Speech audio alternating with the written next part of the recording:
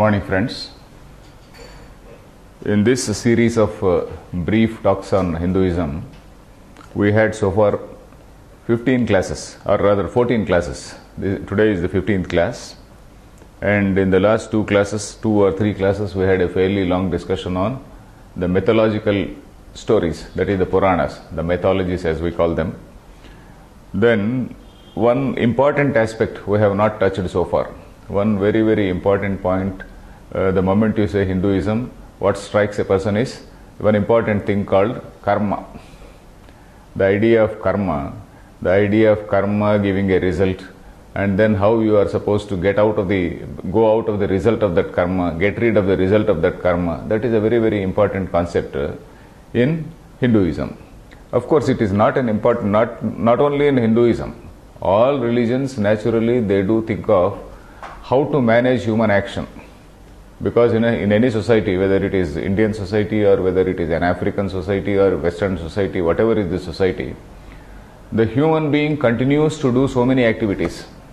The human being, by nature, right from morning till night, he continues to do so many actions. So the society has to find a way of regulating those actions. The society has to say, society means the leaders of the society, the opinion makers of the society, or the leaders who give religion, the people of religion, the man of religion, let us say, the people of religion, let us say. So all these people, they are supposed to give some guidelines. They are supposed to tell them what is right, what is wrong, what is to be approved, what is not to be approved. So this managing human activity, it is so immense. So managing human activity is an important task for any man of religion in any society. So that is why in all societies we find certain activities defined as good, certain activities defined as bad. And then suppose you do a good act, you are rewarded. You do a bad act, you are punished. So this system is there right from a primitive religion to a very, very so-called highly evolved religion. So from a primitive religion to a highly evolved religion, this system of reward and punishment is very much there.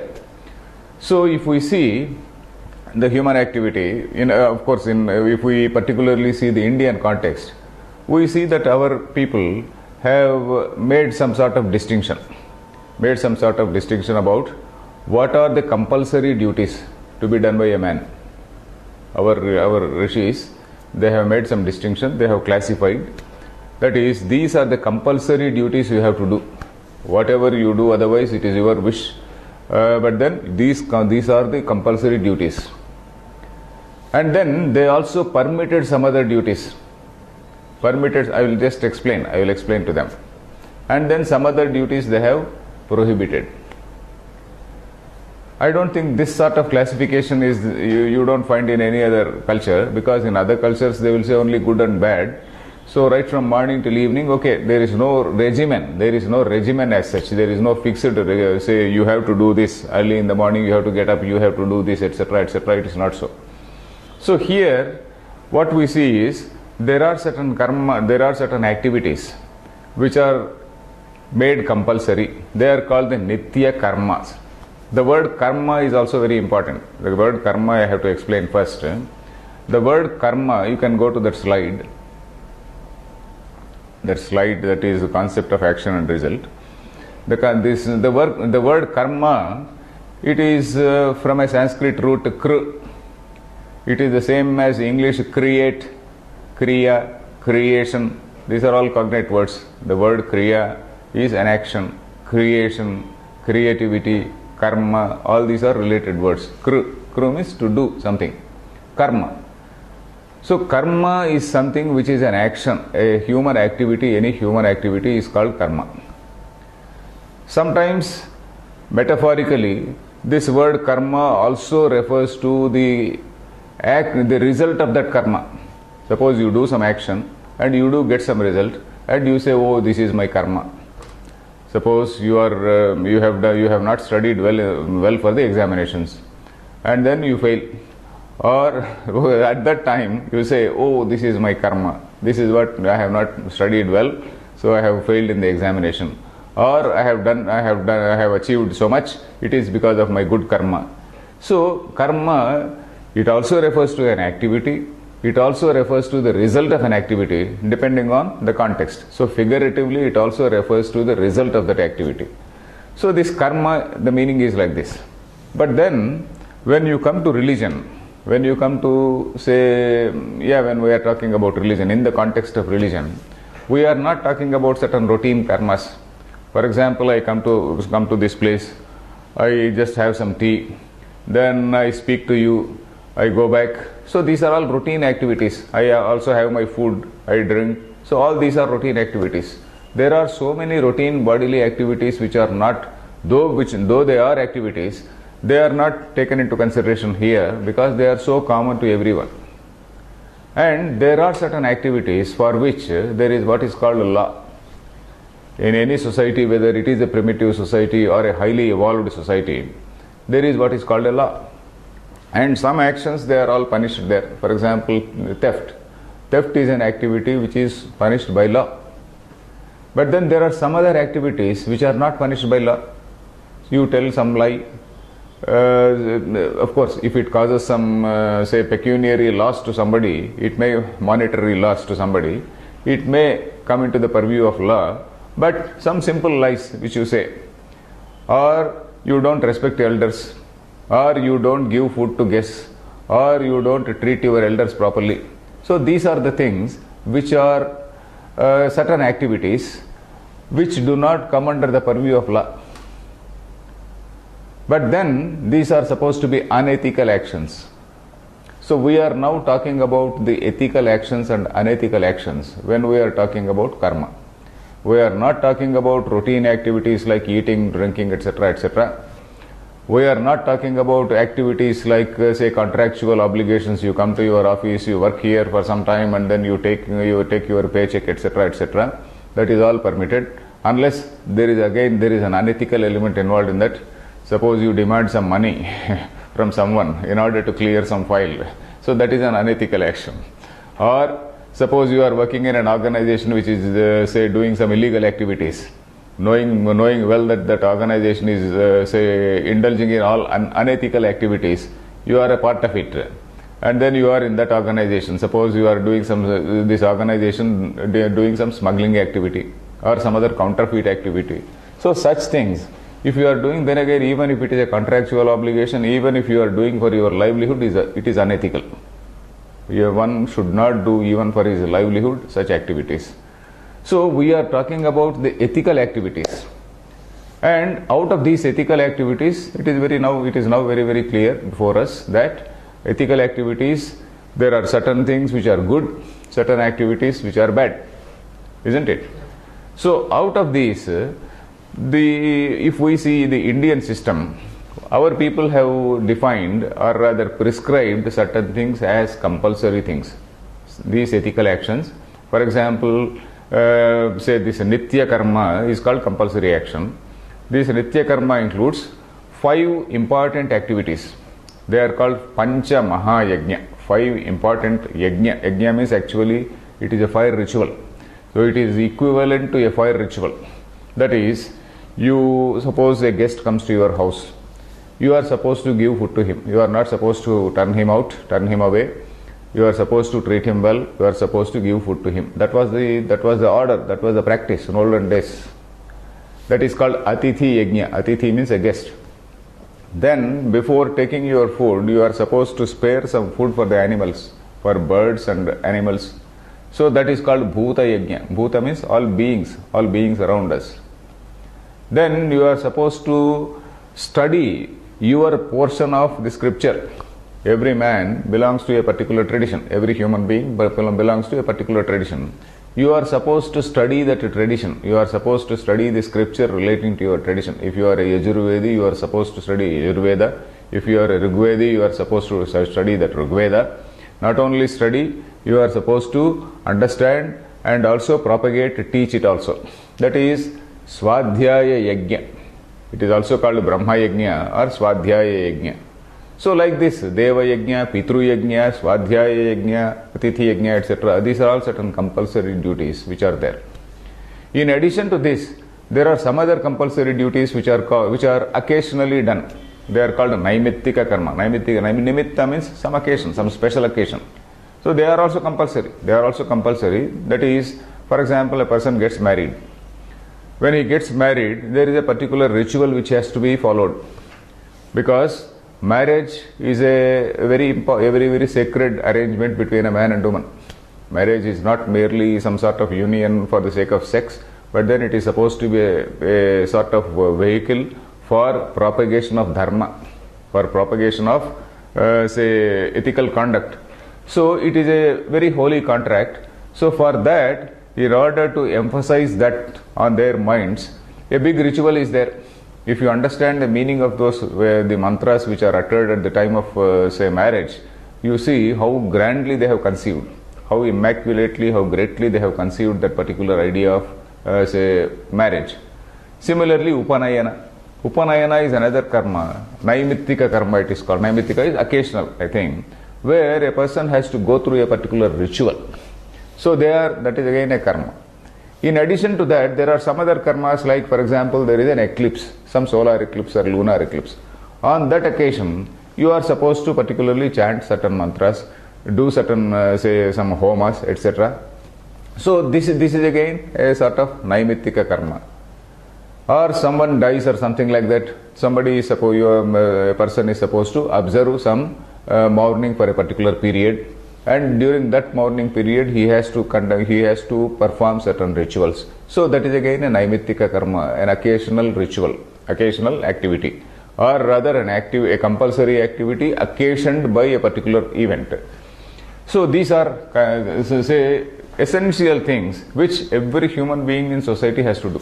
Which means you imagine a society where right from morning till evening your life is regulated. You are supposed to do 3 kala sandhya vandana. That is 3 times a day you are supposed to do this sandhya vandana. Sandhya vandana is a compulsory ritual. Nitya karma, it is a compulsory ritual where you are chanting this Gayatri mantra, you are doing this Gayatri upasana. Gayatri upasana again we can do at 2 levels. You can do visualizing the sun as the supreme god, or if you are already having some knowledge of Upanishads, you can straight away do this Nirguna Upasana, that is every 3 times a day, reminding yourself that you are not apart from that supreme reality. So that is what is the meaning of that Gayatri mantra, that you are not different from that supreme reality. You as a conscious being are not different from the supreme consciousness. So this is what is a compulsory activity. So this is how the human life is regulated in the society. It is regulated in the Indian society. So in addition to this, there are certain karmas which are motivated by human desires. Suppose somebody is there, okay, he is performing all these compulsory things well, but then he wants some more prosperity. He wants to achieve something. He wants to for example, he wants to have some kingdom, let us say, or he wants to achieve wealth. For such a thing, there are certain homas, there are certain rituals which are specified. For example, Svarga Kamo Yajeta, it says. For example, that is, if somebody intends to he desires to go to heaven, for example, for that you have to do a particular yaga.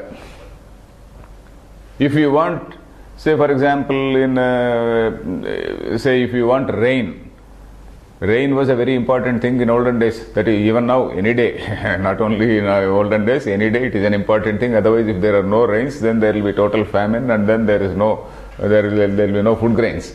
So for rain, they used to do, even now people do this Varuna Yaga. There is a particular yajna, there is a particular ritual which is performed for propitiating that rain god and then getting the rains. So like this, there are certain occasions. And also for wealth, Sri Kamaha, the other day in Taittiriya Upanishad we were talking about Sri Kamaha, the person who desires wealth, what type of oblations he has to offer, and then what sort of ritual he has to perform. So these are all activities which are driven by a human desire for some enrichment in a particular angle, enrichment in a particular fashion. So these are called, this we can call them desire driven activities or kamya karma. Desire driven activity or kamya karma. So these are permitted. These are not actually recommended by say the scriptures, but they are all permitted by the scriptures. So scriptures say they make certain activities compulsory, and then they permit certain activities, and then they prohibit certain other activities. Prohibiting activities which do not come under the purview of normal law. Normal law takes into consideration certain things, but there are certain unethical actions which do not come under the purview of law. So for that, the religion says, okay, God is there looking at you, God is watching you, something like that it says. So it says, okay, you will get papam. Papam is sin. For good deeds, you will get a positive merit which is called punyam. For punyam, of course, there is no equivalent word in English. For papam, sin is the equivalent word. For the opposite of sin, I do not know whether English has a word in it. I have not come across. We usually call it a spiritual merit, a positive merit. So that is what it is. So there is, on one hand, for good work you get some good result. For bad work you get bad results. So strictly speaking, this sort of conceptualization is something which is, we can say, it is in accordance with the principles of natural justice, we can say. It is something which is a fundamental law of dharma, a fundamental law of natural justice. It is something relating to a sort of natural justice.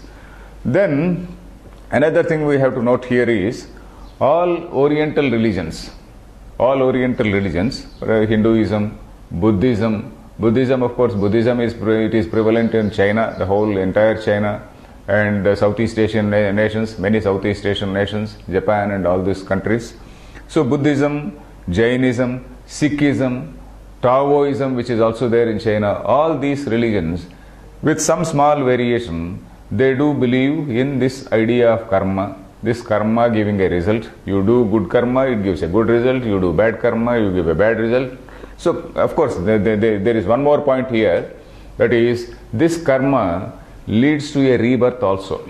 So all these religions, Eastern or Oriental religions, they do believe in karma, they do believe in rebirth. That is Buddhism, Jainism, Sikhism, Taoism, etc., all these Oriental religions, they do believe in action, karma and rebirth also. And which amounts to about 50% of humanity. 50% of humanity, they do believe in this, say, karma doctrine, let us say. Then you can come to the next slide. So next slide I told you action refers to good or bad deeds, that is in the framework of ethics, and it does not refer to contractual obligations like working in an office, taking a salary, etc., but it only covers the unethical, unethical activities. And this Indian tradition, it categorizes ethical actions broadly into two groups, that is compulsory activities and optional karmas. Karma invariably gives results, that is good or bad, and then the result of karma has to be experienced by the doer. This is an important thing. The result or fruit of that karma, karma phalam as we call it, karma phalam is something which has to be experienced by the doer. Karma phala is something, phalam means fruit. It is something which has to be experienced by the doer. So this is an important thing. And if in order to if you want to avoid that karma phalam, in what manner you have to conduct yourself, that again, of course, we are going to see later. Then you come to the next slide.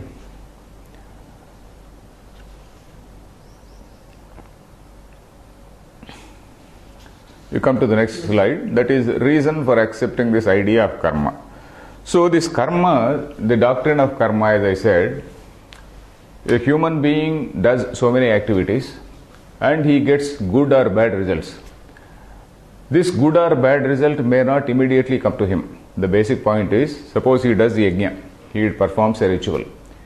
The result of it is not immediately there. Suppose somebody performs yajna in order to go to heaven. If Lord Indra were to immediately send him some vehicle and then take him to heaven, this fellow will never do yajna. So he does it in the hope that after the death he will go to a nicer place. But here, of course, he wants to be there. He doesn't want to immediately die, and then he doesn't want to immediately go to heaven. So, this result is not immediate. In some cases, it can be immediate. For example, when suppose some yajna is done for rain, there are so many occasions where it immediately rains. And then suppose somebody does some other thing for avoiding some peculiar problem or something like that.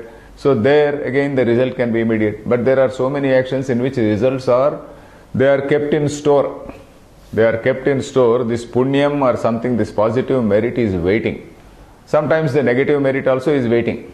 For example, a person commits so many sinful deeds and then he seems to be totally prospering. A person continues to commit all sinful deeds and then he is continuously prospering. He is not getting the result for that all his sinful deeds, the punishment for all those sinful deeds. So all this we see.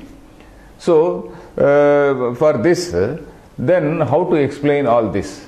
So the reason for accepting this idea of karma is that human actions are so multiple in nature. There are so many activities which you cannot count. There are certain activities which say may be giving immediate result. There are so many activities which will not be giving immediate result.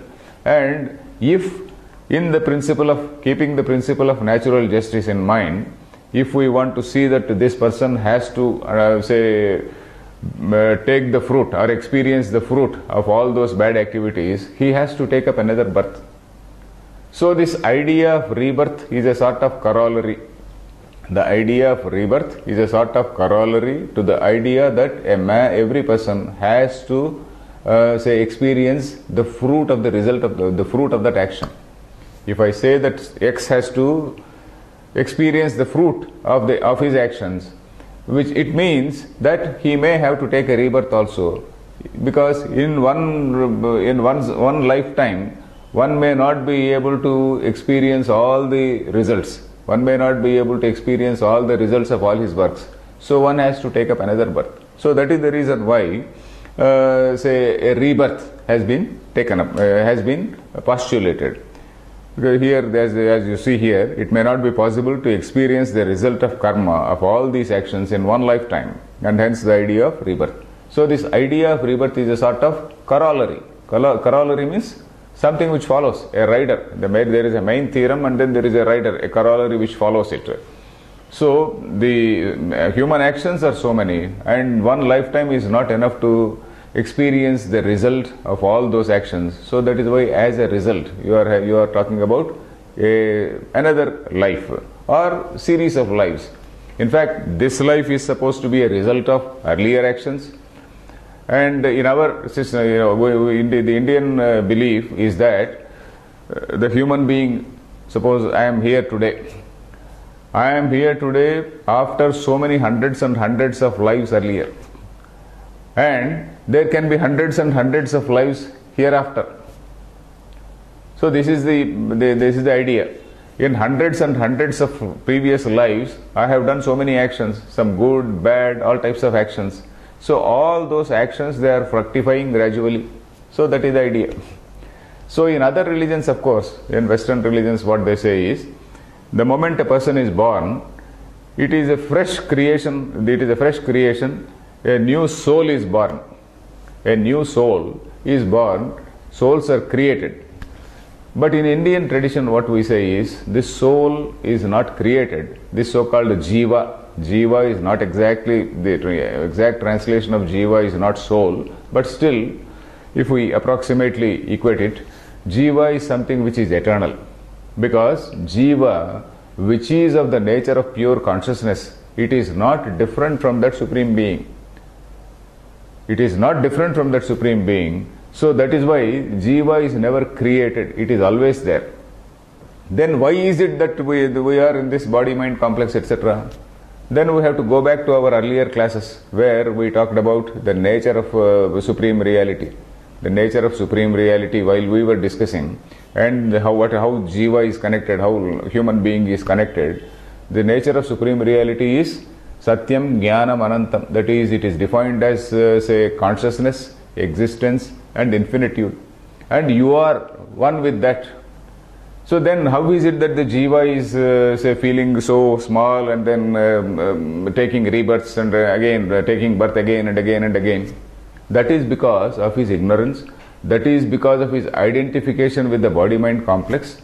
And then once he realizes his real self, and once he realizes that he is not this body-mind complex, then all these things they disappear, and then all these karmas, all their activities, the results of all these karmas, they get nullified. So that is the theory in Indian Vedanta.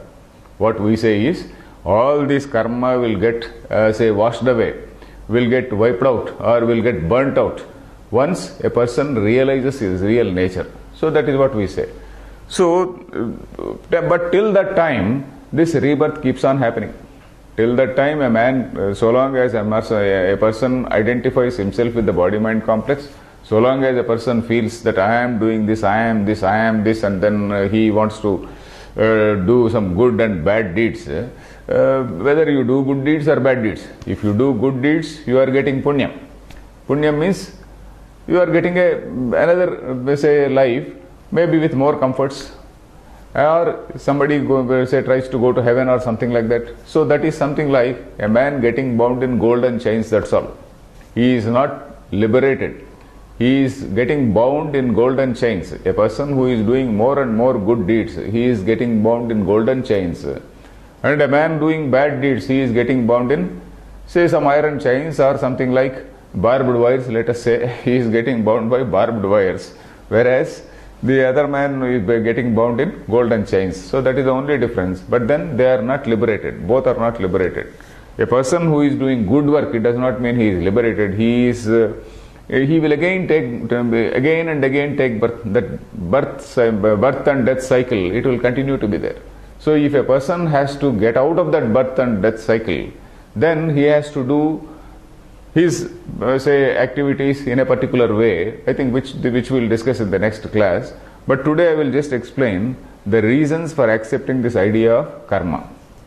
So I said the second point also we noticed, that is, in one lifetime it is not possible to say experience the result of all karmas. And we also see that somebody is born poor, another is born extremely rich. If God is creating people afresh, if God is say creating souls afresh, then why should God create one man as poor, another man in a very, very rich family?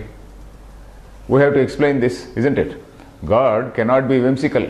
God cannot be partial to say to someone, and then God cannot be cruel to somebody else.